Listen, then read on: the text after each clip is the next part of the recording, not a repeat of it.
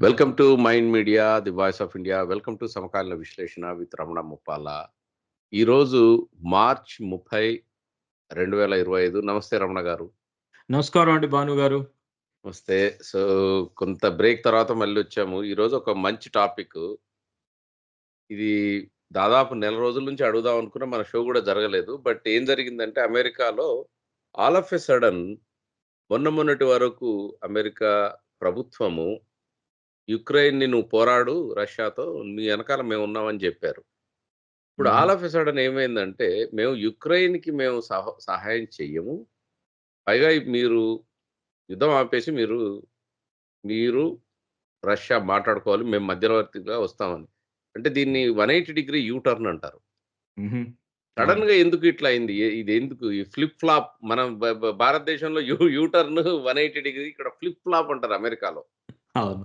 So, హ్మ్. ఎందుకు ఇది ఎట్లా అంటే జనరల్లీ ప్రభుత్వము డెమోక్రాట్ హ్మ్. ప్రభుత్వం గాని, రిపబ్లికన్ ప్రభుత్వం గాని మారినప్పటికీ గూడా most of the time away జరుగుతాయి. అంత మరీ నెల, 2 నెలల్లోనే ట్రంప్ గారు దీన్ని రివర్స్ చేశారు. అవును. ఒక క్రైసిస్ అయితే ఉంది వరల్డ్‌లో. హ్మ్. అమెరికాలో అది మరీ ఎక్కువగా ఉందన్నమాట ఆ క్రైసిసు. సో, హ్మ్. దాని గురించి అని చెప్పే నేను ఈ స్లైడ్స్ పెట్టాను. స్లైడ్స్ ఉంటే ఏంటంటే విజువల్‌గా తెలుగు రాని వాళ్ళేమో ఇంగ్లీష్‌లో చదువుకోగలుగుతారు. మనం మాట్లాడుతూ ఆ స్లైడ్స్‌లో ఉండే కంటెంట్‌ని మనం ప్రే ప్రేక్షకులకి చెప్పొచ్చు యాహ్! కదా! అని యాహ్! ఈ మోడల్‌లో అన్నమాట. సో, ఇప్పుడు నిజమే మీరనేది. ఆ యూరోపు మళ్ళీనేమో యుక్రెయిన్ వాళ్ళందరికీ అంతంత డబ్బులిచ్చి, అన్ని చేసి, అన్ని సంవత్సరాలు యుద్ధం చేసి, అంత మ్యాన్ పవర్ చనిపోయిన తర్వాత, అంత డబ్బులు వేస్ట్ అయిన తర్వాత సడెన్‌లీ ట్రంప్ ఏమన్నారంటే, గుడ్ బై. నేనింక మీకేమి ఇవ్వను. నువ్వు రష్యా తోటి మాట్లాడుకొని కాంప్రమైజ్ అయిపో. ఓకే. ఐయామ్ డన్ అని చెప్పేసాడాయన. యాహ్! సో, అందులో యూరోప్‌ని గూడా వెన్నుపోటు పొడిచారు. యుక్రెయిన్‌కి అంతా. నువ్వు వాళ్ళతో సంధి కుదుర్చుకో అని చెప్తూ యూరోప్‌ని గూడా మీరు గూడా కాస్త మేమే వీళ్ళకి సహాయం చేస్తున్నాం. మీరేం పీకట్లేదన్నారు గదా! ఆ టైప్‌లో మాట్లాడాడాయన. అంతే. ఎగ్జాక్ట్‌లీ అంతే జరిగిందక్కడ. హ్మ్. పీకట్లేదన్నాను. బట్ దట్ ఈస్ ఎగ్జాక్ట్‌లీ ఆయన అట్లాగే మాట్లాడతాడు. సో, ఆయన గూడా అట్లానే మాట్లాడతారు. హ్మ్. ఓకే. ఇది అసలేంటి పోస్ట్ వరల్డ్ వార్ అంటే వరల్డ్ వార్ తర్వాత రెండవ మహాప్రపంచ యుద్ధం తర్వాత ఏం జరుగుతుంది అవును. అసలు? అది. హ్మ్. కరెక్ట్. ఏంటంటే సడెన్‌గా ఎందుకు ఇట్లా అయినా అంటే సడన్ యుద్ధానికి అంటే క్లోజ్ అయితున్నట్టు సడన్ ఏం అనిపించింది. లేదు. టర్మ్ 1 నుంచి కూడా అలానే అంటున్నారు వాళ్ళు. వాళ్ళకి దే వాంట్ టు ఎక్సిట్. వాళ్ళేమంట 2 రకాలుగా అంటే ఎవరు వచ్చిందిది. Current Trump government, not Biden government పాతది కదా! పాతది కాదు. See 2 correct. సెక్షన్స్ కింద డివైడ్ అయిపోయింది America. America is very powerful hmm. గుర్తుంచుకోండి. హ్మ్. అమెరికాని వదిలేసి నీ దారి నువ్వు నేను చేసుకుంటానని ప్రపంచంలో అందరూ కలిసి వేరుగా చేసుకోవటానికి ఇంకా రెడీగా లేదు ప్రపంచం. ఓకే. ఆహ్, వెనీ అనేక విషయాల్లో America still is dominant. Okay. Gap ఆ విషయం ప్రతి విషయాన్ని వేరు వేరుగా తీసుకుంటే వాళ్ళకి next big country, next big 2 కంట్రీస్‌కి మధ్య గ్యాప్ చాలా వైడ్ ఉంది. సో, అమెరికా ఫుల్‌గా కూలిపోయింది. మనం దాన్ని పట్టించుకోక్కర్లేదులే అనే స్టేజ్ లేదు ప్రపంచంలో. So, okay. అందుకని వాళ్ళేంటంటే వీళ్ళ దేశంలో అమెరికా దేశంలో ఏమైంది 2 రకాల వాళ్ళున్నారిప్పుడు. మనం ఇంత కష్టపడి బిల్డ్ చేసాం వరల్డ్ వార్ తర్వాత. మన స్ట్రక్చర్స్ అన్నీ ప్రపంచమంతా మన చేతుల్లో, మన గ్రిప్‌లో ఉంది. మనం ఏం చెప్తే అది జరుగుతుంది ప్రపంచంలో.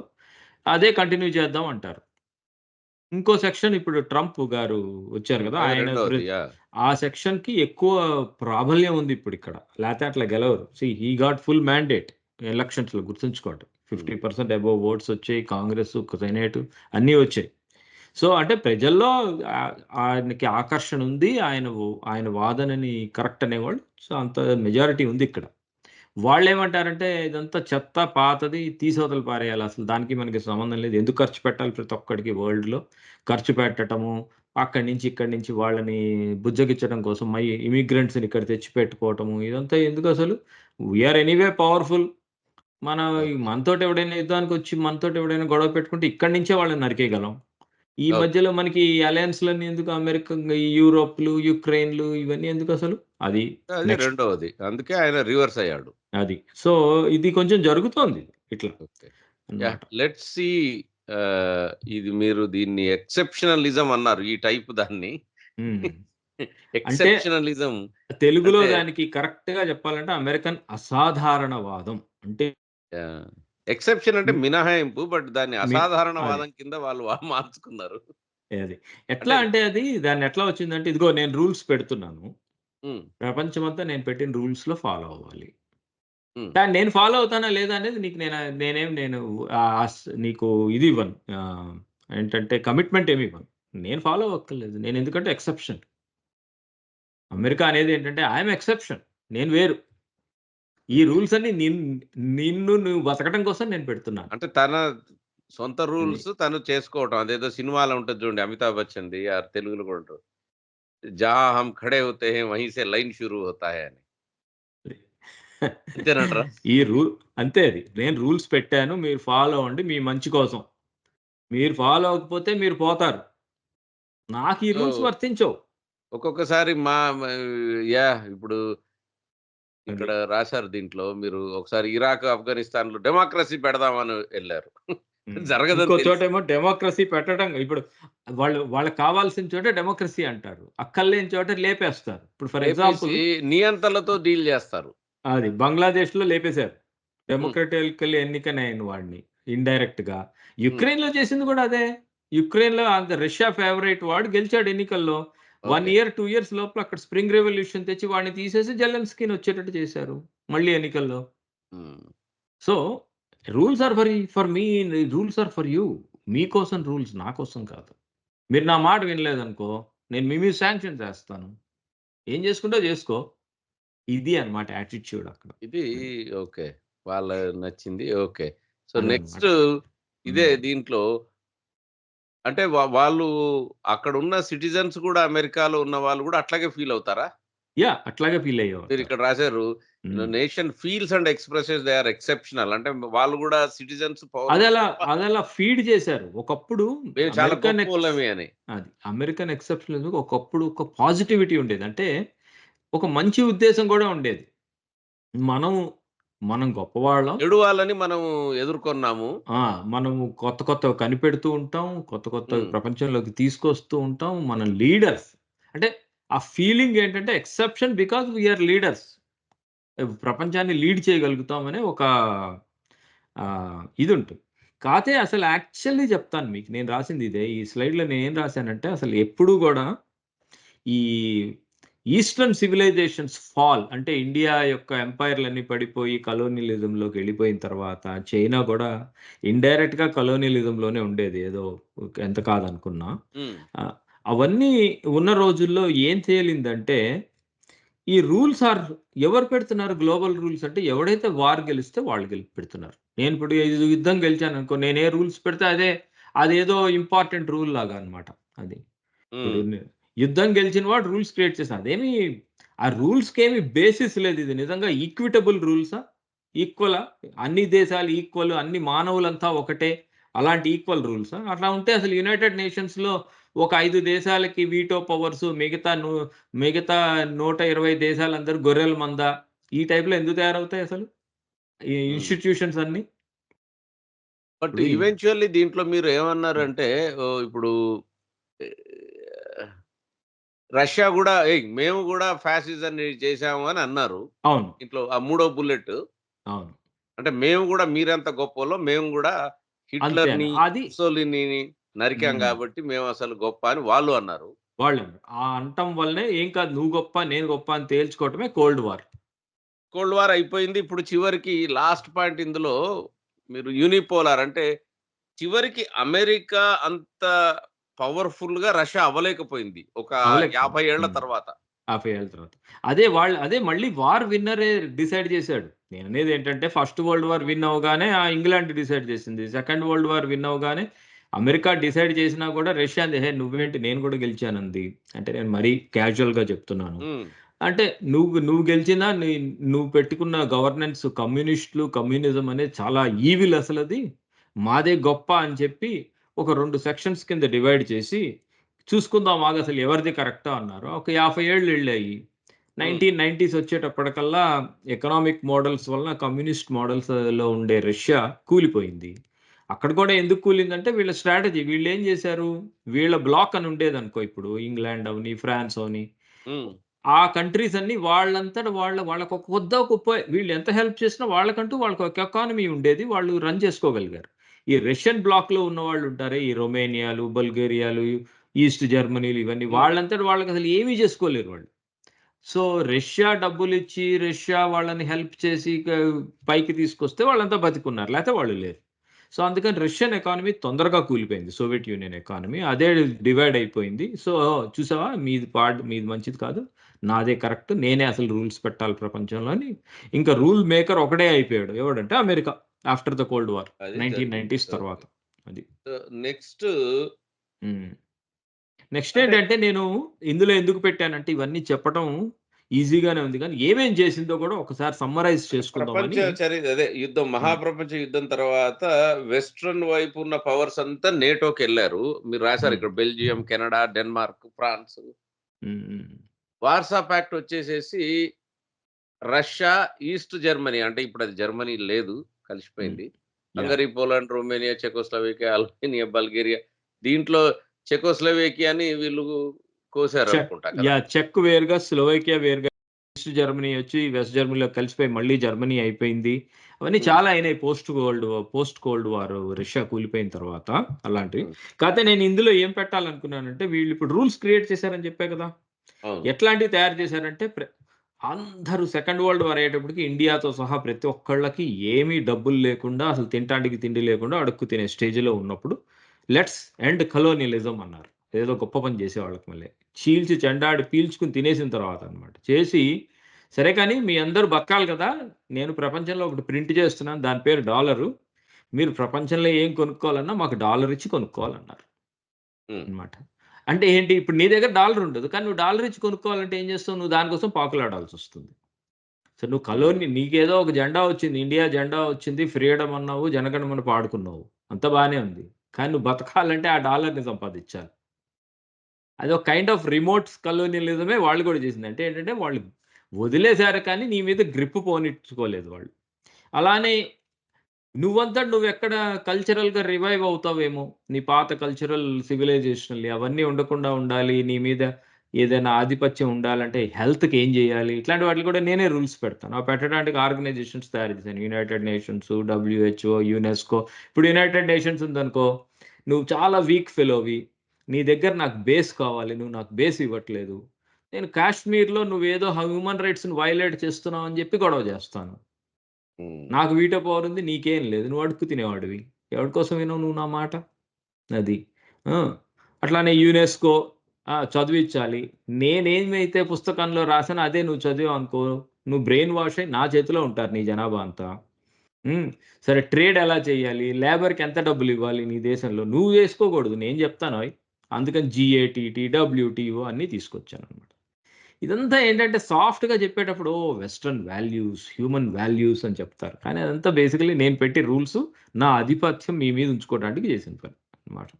నేనే డిసైడ్ చేస్తా అసలు ఈవిల్ అంటే ఏమిటి? రైట్‌గా ఉండటం అంటే ఏమిటి? ఇస్లామిక్ కంట్రీస్ అన్నిటిని వాళ్ళకి ఇంటర్నల్లీ 10 పెళ్ళాలు ఇష్టం వచ్చినట్టుగా ఉన్నా కూడా అదేమి ఈవిల్ కాదు. రష్యా కమ్యూనిజము లేకపోతే ఇట్లాంటివన్నీనేమో ఈవిల్. ఇట్లా అన్నీ సో, నేనే అట్లా డిసైడ్ చేస్తా. చేశారు. ఓకే. అట్లా చేసుకుంటూ ఎళ్ళిపోయారనమాట అది. అది బేసికల్లీ కోల్డ్ యాహ్! దీంట్లో ఒక పాయింట్ చెప్పారు. అంటే ఇప్పుడు యూనిపోలార్‌కొచ్చేసింది. ఎందుకంటే వార్సా పాక్ట్ అన్నది విడిపోయింది. అవన్నీ పోయినాయి. కాతే వాళ్ళు డ్యూరింగ్ చివరికి దట్ టైమ్ వాళ్ళకి ఎనిమీని సోవియట్ యూనియన్‌నే చేశారు. అంటే ఐ మీన్ రష్యాని చేశారు ఆ! ఇప్పుడు. ఇప్పుడు చేశారంటే దానికి కూడా ఒక రీజన్ ఉంది. ఆ! ఫస్ట్ ఏంటి? సరే ఇట్లా తయారు చేశారు. చెప్పేదేంటంటే యూనిపోలార్ అయిన తర్వాత ఏం తయారైంది? ఒక గ్లోబల్ పోలీస్ స్టేట్ కింద మారింది అమెరికా. మారింది. సో, బేసికల్లీ ప్రపంచ పోలీస్ అని తెలుగులో ఆ! తెలుగు అది. సో, పత్రికల్లో వాడతారు ఆ భాష. అది. ఓకే. అది అది అది ఎట్లా తయారైందంటే దాన్ని దేనితోటి చేస్తున్నావు? ఒక చోట మిలిటరీలోనేమో నీకు కొంత మిలిటరీ అలయన్స్ ఒకటుంది. ఆ! కొన్నున్నాయి. పెద్ద మేజర్ అలయన్స్ నేటో అన్నమాట.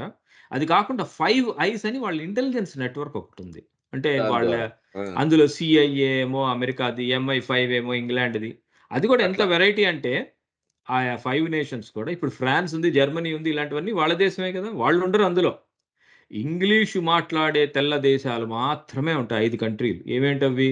Canada, America, New Zealand, Australia, England 5. England. వీళ్ళు ఈ 5 తెల్ల దేశాలు, ఇంగ్లీష్ మాట్లాడే దేశాలు. మదర్ టంగ్ కింద. సో వాళ్ళని 5 ఐస్ అంటారు. సో అట్లానే బాటమ్ లైన్ అది. దాంట్లో గూడా ఇంగ్లీష్ ఆధిపత్యం ఉన్న వాళ్ళు ఒక దగ్గరున్నారు. ఒక దగ్గర నేటివ్. ఉన్నారు మళ్ళీ అందులో కూడా. ఓకే. వాళ్ళకి ట్రస్ట్ అన్నమాట. వాళ్ళని ట్రస్ట్ చేయగలరు. మళ్ళీ జర్మనీ ఏమో నమ్మకం. అది జర్మనీ, ఫ్రాన్స్ వాళ్ళు మనకు తెలియకుండా రష్యాకి హెల్ప్ చేస్తారేమో. రైట్. రైట్. ఇంకేదైనా చేస్తున్నారేమో. వాళ్ళు సొంతంగా వాళ్ళు ఇండిపెండెంట్ అయిపోతారేమో. ఇట్లాంటివన్నీ ఉంటాయన్నమాట వాళ్ళకి. మోస్ట్‌లీ ఇవన్నీ హ్మ్. ఆయిల్ కోసం గొడవలు. ఆయిల్ అని కాదు. ట్రేడ్ అనుకుందాము. ట్రేడ్. ఓకే. ప్రిడామినెంట్‌లీ ఆయిల్ కానీ సీ రూట్స్ ఎవరు వాణిజ్యం. కంట్రోల్ చేస్తే వాళ్ళ చేతిలో ఉంటుంది ప్రపంచం. అది తెలిసిందే అదనమాట. Let's go to the next one. హ్మ్. సో యుక్రెయిన్ దీంట్లో ఎట్లా ఇరుక్కుంది మరి? ఎట్లాగో మీరన్నారు. వెల్ హ్మ్. రష్యా వీక్ అయిపోయింది. మునుపటి రష్యా లేదు. హ్మ్. ఆహ్, దాంట్లో మరి ఇగ ఇది యుక్రెయిన్ అన్నది వాళ్ళకి సరే. వీళ్ళకి మధ్యలో ఇది ఎట్లా వచ్చింది? ఇప్పుడు బానే ఉంది. మీరిందాకడ దాకా సెకండ్ హ్మ్. వరల్డ్ వార్ అయింది. రష్యా సోవియట్ యూనియన్ కూలిపోయింది. మేము హ్మ్. గెలిచేసాం. మాదే రూల్ అన్నారు. అంతా బావుంది. నేనొక్కడినే ఉన్నాను. నాదే ఆధిపత్యం అన్నాడు అమెరికాడు. ఆ! కానీ నేను ఎక్సెప్షన్ అంటూనే వచ్చాడు అన్నమాట. నేనేదైనా జేసుకోవచ్చు అని. కాతే ఇక్కడేమొచ్చిందంటే అంతా అయిపోయిన తర్వాత ఇప్పుడు రష్యా ఉందనుకో, అది ఇప్పుడు వరల్డ్‌లో నీలాగా నేను పవర్‌ఫుల్ అని చూపించుకోవాలని ట్రై చేయట్లేదు. కానీ దానికుండే పవర్స్ దానికున్నాయి. హుహు. న్యూక్లియర్ వెపన్స్ అవన్నీ సొంతంగా డెవలప్ చేసుకున్నవే అది గూడా. ఆ వెపన్స్ అన్నీ.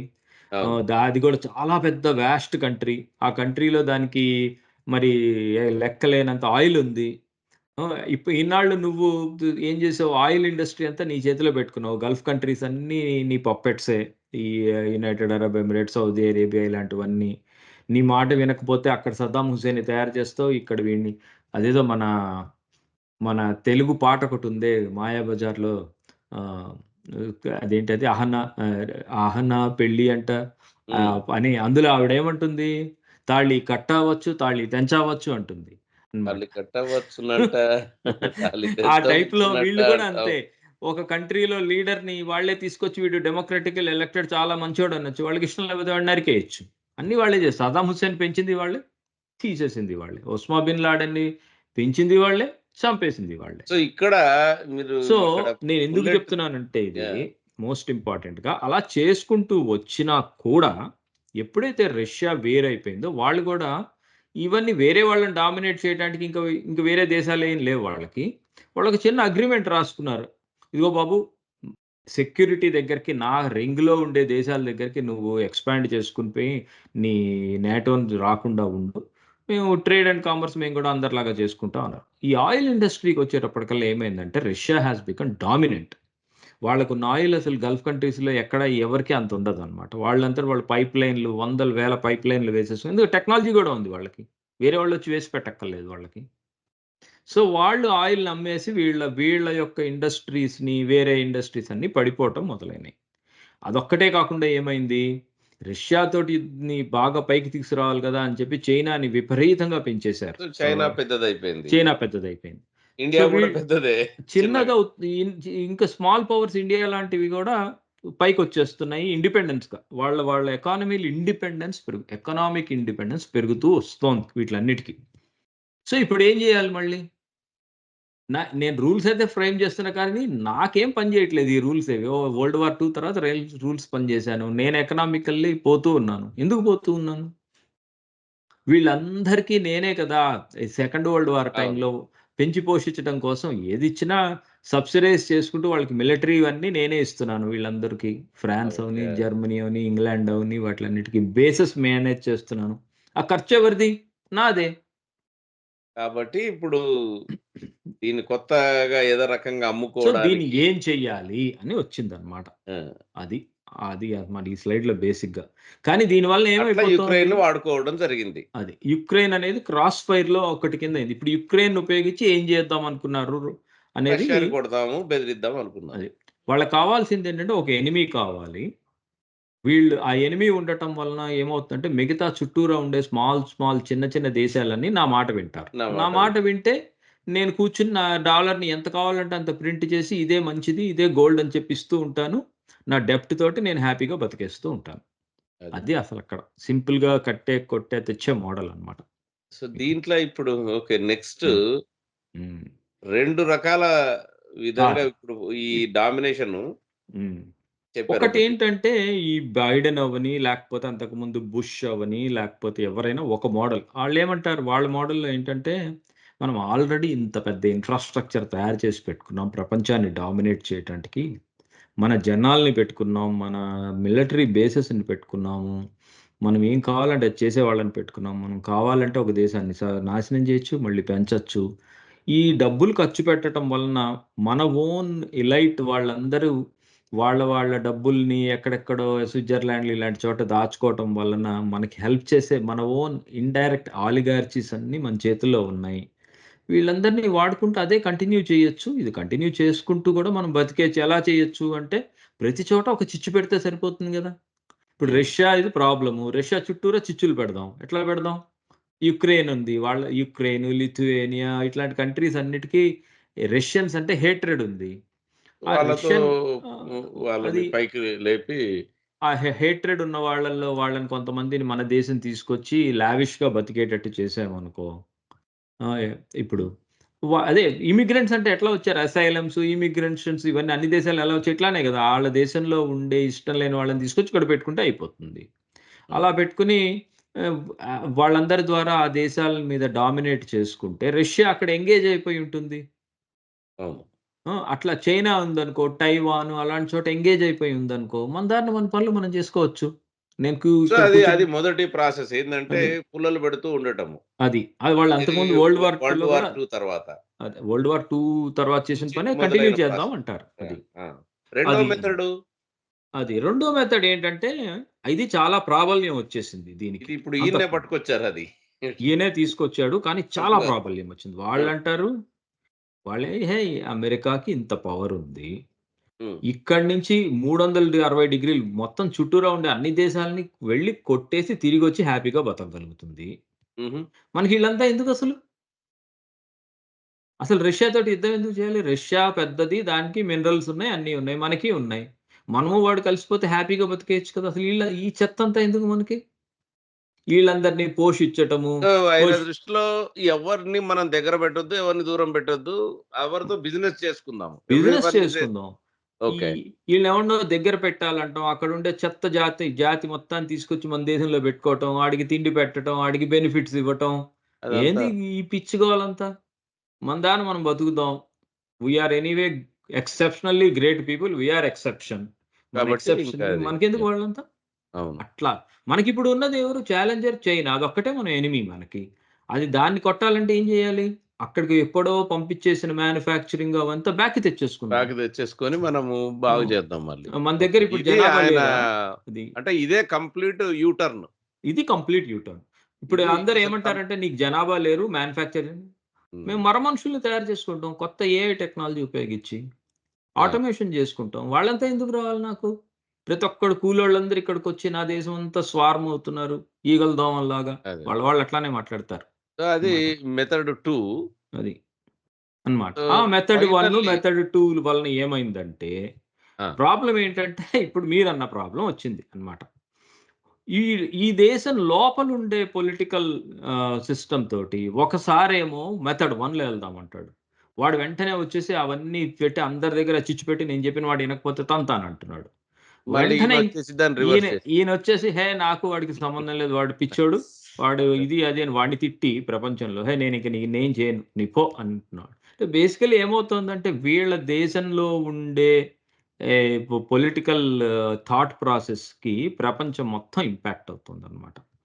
కాతే ఒకటి ఇప్పుడు జరిగింది మటుకు చాలా డిఫరెంట్‌గా జరిగింది. ఎందుకంటే ఈయనకి ఇంతకు ముందు ఇంత పవర్ లేదు. మ్యాండేట్. సెకండ్ టైమ్ వచ్చేటప్పటికల్లా చాలా పవరొచ్చి అన్న అంతకుముందు అనటం మాత్రమే జరిగింది. ఈసారి నిజంగా చేసేయటం జరిగింది అన్నమాట. నేను డబ్బులివ్వను. నేను అసలు నేటోలో గూడా ఉండను. ఏం చేసుకుంటావో చేసుకో అంటున్నాడు యూరోప్‌ని కూడా. హ్మ్. ఇంకా సో, నేను ఇంకో బాటమ్ లైన్ ఎగ్జాంపుల్ గూడా ఏందంటే రాసాను వీళ్ళు మీకు. రష్యాకి అనుకూలంగా ఉన్న వ్యక్తిని యుక్రెయిన్ ప్రెసిడెంట్ నుంచి తీసివేసినందుకు హ్మ్. ఈ గొడవ మొదలైంది. అవును. అండ్ ఇది మొత్తము రివర్స్ ఈయన జేశాడు. మొత్తం రివర్స్ చేశారు. ఇంకా అవుతూ ఉంది. ఇంకా ఎంత అవుతూ స్ ఉంది. దాంతో ఈయన్ని పాటు ఆయన యూరోప్ వాళ్ళు జేసినటువంటి లాస్ట్ బుల్లెట్ ఉంది. ఇది పారిస్ క్లైమేట్ అకార్డ్ ఇవన్నిట్లోంచి కూడా బయటకొచ్చాడాయన. ఆయన అది గూడా బయటికొచ్చే పద్ధతి చూడండి. 215 2015 200 కాదు అదే. అమెరికా పారిస్ క్లైమేట్ అకార్డ్‌లోకి వెళ్తుంది. ఫ్యాన్ ఫేర్ తోటి వెళ్ళింది. ఒబామా అసలు ఈ వరల్డ్‌ని మనం సేవ్ చేయాలి. ఇంకా అసలు ప్రపంచాన్ని ఏముంది కాపాడాలి అని వెళ్ళాడు. అని వెళ్ళాడు. గ్లోబల్ 2016లో వార్మింగ్ హ్మ్. హ్మ్. చాలా 20 చెప్పారు. ఈ పర్యావరణము అది. ఓకే. ఈయన వెనక్కొచ్చాడు. 2016లో అవన్నీ చెత్త. నేనసలు అవన్నీ నమ్మను. Oil is the best thing. మా అమెరికాలో చాలా ఆయిల్ ఉంది. నేను అవన్నీ అమ్ముకోవాలి. ఇక్కడ బేబీ డ్రిల్ అని ఒక లైన్ పెట్టి బయటకొచ్చేసాడాయన. ఈయన అసలు 2020లో అసలు ఆ ట్రంప్ అంత వరస్ట్ లేడు అని చెప్పి మళ్ళీ బైడెన్ తీసుకెళ్ళి నేను మళ్ళీ జాయిన్ అవుతున్నానని చెప్పి 2020లో మళ్ళీ బైడెన్ ఎళ్లి పారిస్ అకార్డ్‌లోకి పారిస్ వెళ్ళి అకార్డ్. మళ్ళీ ఈయన నువ్వు దాన్ని రివర్స్ మళ్ళీ చేసాడు. 2025లో ఈయన గెలిచాడు. మళ్ళీ నేను బయటకొచ్చేసినా. అంటే అసలు ఇక కన్సిస్టెన్సీ అనేది లేదు. కాదు వీళ్ళని ఎవరేం చేయలేరు. ఎందుకంటే చాలా పవర్‌ఫుల్. ఇది ఇక్కడ జరుగుతోందన్నమాట. సో, అయితే ఇదేంటంటే my way last or highway ఆ టైప్ కంక్లూజన్ అయింది. చెప్పండయితే. అది అన్నమాట. అట్లా తయారైపోయింది. సో, ఇప్పుడొచ్చిన ప్రాబ్లమ్ ఏంటంటే ఇక్కడ యూరోప్‌కి కోపంగా ఉంది అమెరికా మీద. కానీ ఏం చేస్తుంది? ఆళ్ళకి జనాభా లేరు. యుద్ధానికి పంపించడానికి. అసలు సోల్జర్సే ఉండరు. వాళ్ళ దేశంలో ఏంటంటే చాలా ఎక్కువ వాళ్ళ దేశాలన్నిట్లో ఒక టైప్ ఆఫ్ వోక్ కల్చర్ వలన వాళ్ళ ఆర్మీకి వీకెండ్ హాలిడే ఇస్తారు. యుద్ధం గూడా వాళ్ళు సాటర్‌డే, సండే చేయరన్నమాట. ఇది ఆ! చాలా వింతగా ఉంది. ఆ! యుద్ధం చేసేటప్పుడు సాటర్‌డే, సండే ఇంట్లో పడుకోవాలట వాళ్ళు. ఆ టైప్ అన్నీ పెట్టుకున్నారు. వాళ్ళకసలు ఓపిక లేదు, వేర్విథల్ లేదు, వాళ్ళకి ట్రూప్స్ లేవు. కానీ వాళ్ళు బేరాలు పలుకుతున్నారు. యుక్రెయిన్‌కి నేనే చూసుకుంటానంటారు. అంటం వేరు. సప్లై చైన్ అబిలిటీస్ గూడా లేవు వాళ్ళకి ఆర్మ్స్ ఇవ్వటానికి. ఆ! ఇంకో పక్కన ఎట్లా ఉందో చెప్తాను. ఇందులో రాయలేదు గానీ. ఫ్రాన్స్ ఏమంటుంది? ఫ్రాన్స్‌లో ఉండే జనాభా ఆల్రెడీ సెంట్రిస్ట్ గవర్నమెంట్‌ని సెలెక్ట్ చేసుకున్నారు. మాక్రాన్ పార్టీ ఓడిపోయింది ఎన్నికల్లో. హ్మ్. పార్లమెంట్ ఎలక్షన్స్‌లో. వాళ్ళంటారు అసలు యుద్ధానికి ఏమి ఇంక రూపాయి కూడా ఖర్చు పెట్టడానికి వీల్లేదంటారు వాళ్ళు డబ్బుల్ని. అయిపోయింది ఇంకెందుకు ఓడిపోయిన యుద్ధానికి ఎందుకు ఖర్చు పెట్టాలంటారు వాళ్ళు అన్నమాట. ఇటలీ అంటుంది నేను నా సోల్జర్‌ని ఒక్కడిని గూడా ఇవ్వనంటుంది ఆవిడ అన్నమాట. మెలనీ. ఆ! సో, ఈ టైప్‌లో ఉన్న వాళ్ళు ఏమి యుక్రెయిన్‌ని హెల్ప్ చేస్తారిప్పుడు. యుక్రెయిన్ ఆల్రెడీ చాలా పార్ట్స్ ఈస్టర్న్ పార్ట్స్ అంతా రష్యా చేతిలోకెళ్ళిపోయింది. సో, ఇంకిప్పుడున్నదల్లా ఒకటే డీసెంట్‌గా ఎగ్జిట్ అయ్యి ఎలా యుక్రెయిన్ ఇంక యుద్ధం ఆపేస్తారనేది మాత్రమే మిగిలింది. కానీ యూరోపియన్స్ అనేవాళ్ళు, వాళ్ళు ఇదివరకటి రోజుల్లో యుద్ధాలు చేసిన దేశాలు, వాళ్ళల్లో గూడా రైట్ వింగ్ పార్టీలు పవర్‌లోకొచ్చేస్తున్నాయి వన్ బై వన్ అన్నమాట. అక్కడ గూడా. వాళ్ళ దేశంలో ఎప్పటినుంచో ఉంచిన అసైలంలో వచ్చిన వాళ్ళని, వీళ్ళని అందరిని తీసేయాలని ఈ టైప్ అన్నీ వచ్చేస్తున్నాయి అక్కడ గూడా అన్నమాట. హ్మ్. అది. సో, అది ఏమవుతుందనేది చెప్పలేం కానీ ప్రస్తుతానికైతే మటుకు యూరోప్‌కేం అంత పవర్ లేదు. ఎప్పుడైతే America I don't want to help you అందో అయిపోయింది ఆ రోజే అది ఇహ. కాతే ఇది ఇప్పుడు ఈ యుద్ధం ఆగుతుందా లేదా అనేది ఏంటంటే, అమెరికా, రష్యా మధ్య ఎట్లాంటి సంబంధాలు డెవలప్ అవుతాయనే దాని మీద మాత్రమే డిపెండ్ అయ్యుంది. యుక్రెయిన్ యుద్ధం అనేది. హ్మ్. సో, నా కంక్లూజన్స్ ఏంటంటే, అమెరికా నాటోలోంచి ఎగ్జిట్ అవుతోంది. యూరో సెంట్రిసిటీ నుంచి బయటకొచ్చేసేసి రష్యా తోటి వెళ్ళటానికి రెడీ అవుతోంది. యూరోప్‌కి ఫండింగ్ ఇవ్వదు. ట్రంప్ ఏమో ఏమంటున్నారంటే ఆయన ట్రాన్సాక్షనల్ అన్నమాట. ఎవరు నాతోటి బిజినెస్ చేస్తే వాళ్ళే నా ఫ్రెండ్ అంటున్నాడు ఆయన అన్నమాట. హ్మ్. యూరోప్ డెఫినైట్‌లీ వాళ్ళకేంటంటే యుక్రెయిన్ తోటి ఒకసారి ఓడిపోతే రష్యా ఇంకింకా ఏ ఏ దేశాల్ని కొట్టేస్తుందని వాళ్ళ భయం ఒకటుంది వాళ్ళకి. కానీ వాళ్ళ దగ్గర అంత కెపాసిటీ లేదు. ఆ! ఈ మొత్తాల్లో అసలు నిజంగా హైయెస్ట్ ఇంట్రెస్ట్ ఉన్న దేశం ఏంటంటే ఇంగ్లాండ్. ఈ పోస్ట్ వరల్డ్ వార్ 2 మీద కనక పోతే ఇంగ్లాండ్‌కి చాలా దెబ్బ. అమెరికా కంటే కూడా అన్నిటికంటే దెబ్బతినే దేశం post world war 2 world order పడిపోతే దెబ్బతినే దేశం మటుకు ఇంగ్లాండ్, యునైటెడ్ కింగ్‌డమ్. సో, ఏమవుతుందో చూడాలి అన్నమాట. ఈ మొత్తం కలిపి ఈ ఇన్‌స్టెబిలిటీలో. కాతే నేను రాసే నా లెసన్ లెర్న్డ్ ఏంటంటే ఏ దేశమైనా అవనివ్వండి. నీ పక్కనుండే నైబర్ తోటి కొట్లాట పెట్టుకోవడానికి ఎక్కడో ఉన్న వేరే పవర్‌ఫుల్ వాడిని తెస్తే అదేమీ గొప్ప పని కాదు. వాళ్ళొస్తారు, పోతారు. నువ్వెప్పటికీ బతకాల్సింది నీ పక్కనున్న దేశంతోటి. వాళ్ళతో కలిసుండాలి. అది. వాళ్ళతోటి ఏదో రకమైన కలవటమో, లేతే సంథింగ్ ఫ్రెండ్లీగా ఉండటానికి ట్రై చేయాలి. అన్నమాట. చూద్దాం. ఇది టోటల్లీ రివర్స్ అయింది. ఐ హోప్ మన శ్రోతలకి ఇది క్లారిటీ వచ్చుంటది. ఎందుకంటే ఈయన ట్రంప్ గారి ఆయన మెథడాలజీ డిఫరెంట్ ఉంది. ఆయన విజన్ గాని, ఎటువైపు అమెరికాని తీసుకెళ్ళాలి. ఆహ్, హడావుడిగా జేసి పడేసాడాయన. So, we will see. Wonderful అండి రమణ గారు. ధన్యవాదాలు. ధన్యవాదాలండి. Mind Media, the voice of India.